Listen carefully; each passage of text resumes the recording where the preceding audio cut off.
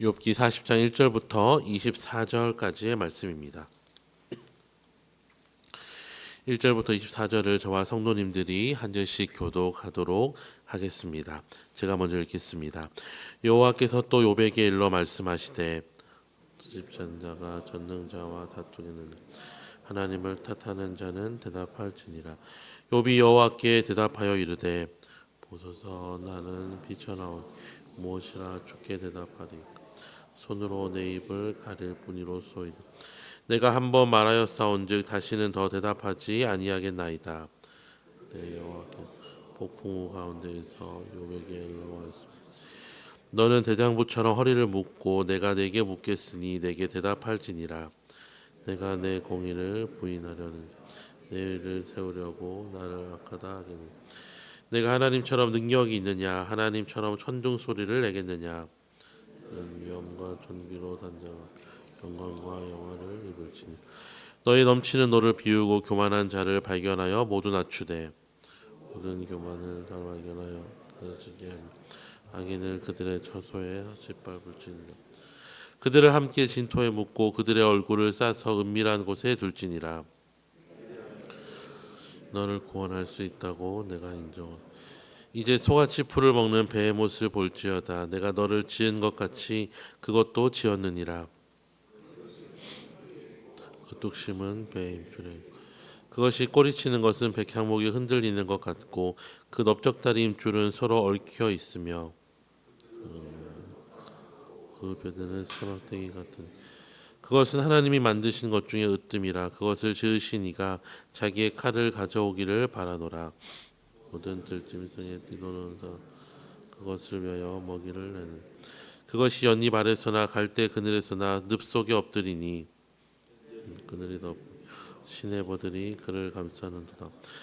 강물이 소용돌이 칠지라도 그것이 놀라지 않고 요단강 물이 쏟아져 그 입으로 들어가도 태어나니 누가 능히 잡을 수 있겠으며 갈고리로 그것의 코를 깰 수 있겠느냐. 아멘. 하나님께서는 계속 욥과 대화를 이어가십니다. 욥을 향하여서 하나님을 탓하는 자는 대답해 보라고 말씀하십니다. 그때 욥은 하나님 앞에서 더 이상 할 말이 없다고, 침묵 외에는 하나님께 드릴 말이 없다고 대답합니다. 이런 욥에게 하나님께서는 6절부터 14절까지 강하고 거센 바람 속에서 하나님의 판단이 정말로 틀렸다고 할 수 있는지, 내가 하나님처럼 위엄과 능력이 있냐고 물어보십니다. 또한 잘난 척하거나 거드름 피우고 교만하고 나쁜 자들을 내 마음대로 할 수 있냐고 말하시면서 하나님의 능력 앞에서 인간이란 얼마나 유한한 존재인지를 반문하셨습니다. 그리고 마지막으로 15절부터 24절까지 하마라고 여겨지기도 하는 베헤못에 대하여서 말씀하십니다. 하나님은 베헤못에 대한 여러 가지 설명을 통하여서 두 가지를 결론적으로 말씀하시는데, 첫 번째로는 베헤못은 당대의 사람들이 상상할 수 있는 최고로 엄청난 존재이지만 베헤못 역시 하나님의 창조물이고 하나님의 주권 아래에 있는, 결국 하나님은 사람들이 위대하다고 여기는 베헤못보다도 훨씬 위대하신 분임을 말씀하십니다. 둘째로 하나님께서 창조하신 피조물 중에서 으뜸이 인간이 아니라고 말씀하십니다. 이 말은 인간이 존귀하거나 하나님의 형상을 담은 피조물이 아니라는 것이 아니라 인간이라는 존재 그 자체만 놓고 보면 베헤못 하나도 제대로 잡을 수 없는 연약한 존재임을 말씀하시면서 인간이 그 자체로는 얼마나 연약하고 별 볼 일 없는 존재인지를 말씀하신 것입니다. 이처럼 하나님께서는 욥을 향하여서 창조 세계를 펼쳐 보이시면서 정말로 네가 하나님을 잘 알고 있는지, 그리고 감히 인간이 하나님의 의에 대하여서 쉽게 판단할 수 있는지를 물으십니다. 욥은 고난 중에서 하나님을 향하여서 누가 옳은지 재판관을 앞에 두고 잘잘못을 가려봤으면 좋겠다고 이전에 말했지만 하나님의 이러한 질문 공세 앞에서 욥은 모든 것을 포기하고 겸손함으로 자신의 태도를 고치고 잠잠하였습니다. 오늘 본문을 통하여서 우리는 우리의 생각과 판단이 틀렸을 때에 어떻게 행동하는 것이 지혜로운 길인지를 욥을 통하여서 발견합니다.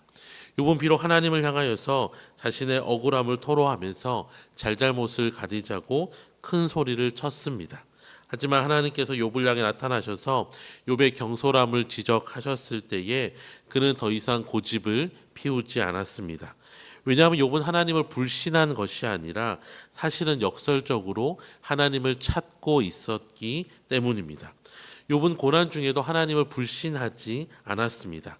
다만 욥은 하나님을 이해할 수 없었고 자신의 이 괴로움과 억울함을 토로한 것일 뿐, 하나님께서 그에게 나타나셔서 모든 것을 말씀하실 때에 욥은 자신의 부족함과 경솔함을 인정한 것입니다. 우리는 때로 하나님을 향하여서 나아갈 때에 하나님의 도우심을 구하지만 이미 내가 원하는 답을 정해놓고 나아갈 때가 참 많습니다.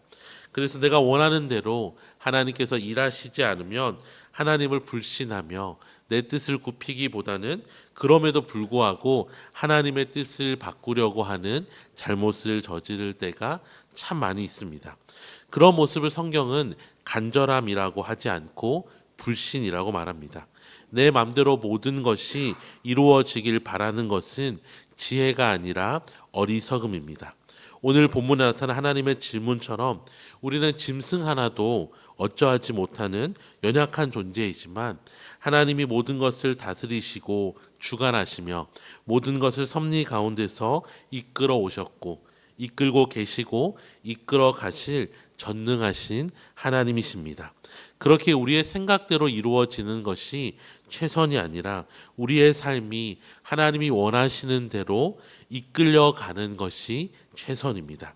우리를 사랑하시는 그분께 나를 맡기는 것이 믿음임을 기억하시면서 이 아침에 기도하실 때에 불신앙이 아니라 믿음으로 하나님 앞에 나아가게 달라고 기도하시고, 특별히 교회를 두고 기도하실 때에 이 건축의 모든 과정 속에서 우리의 생각과 지혜를 의지하는 것이 아니라 하나님의 인도하심을 믿고 온전히 하나님을 의지하며 나아가는 우리 교회 되게 해달라고 기도하시는 저와 모든 성도님들이 되시기를 주님의 이름으로 축원합니다. 기도하겠습니다. 온 세상을 창조하시고 다스리시고 주관하신 하나님 아버지, 하나님의 놀라운 지혜 가운데 모든 것을 주장하시고 우리의 삶을 여기까지 인도하시니 감사합니다. 우리의 생각과 뜻을 의지하면서 하나님을 나의 뜻에 맞추려 하는 어리석음에서 우리를 건지시고 우리의 생각과 뜻을 하나님께 맞추며 하나님의 인도하심에 나를 온전히 맡겨드리는 참된 믿음을 소유하게 하여 주시옵소서. 특별히 건축의 모든 과정 가운데 하나님께서 강권적으로 역사하여 주시옵소서. 감사드리며 예수님의 이름으로 기도드립니다. 아멘. 함께 교회 건축을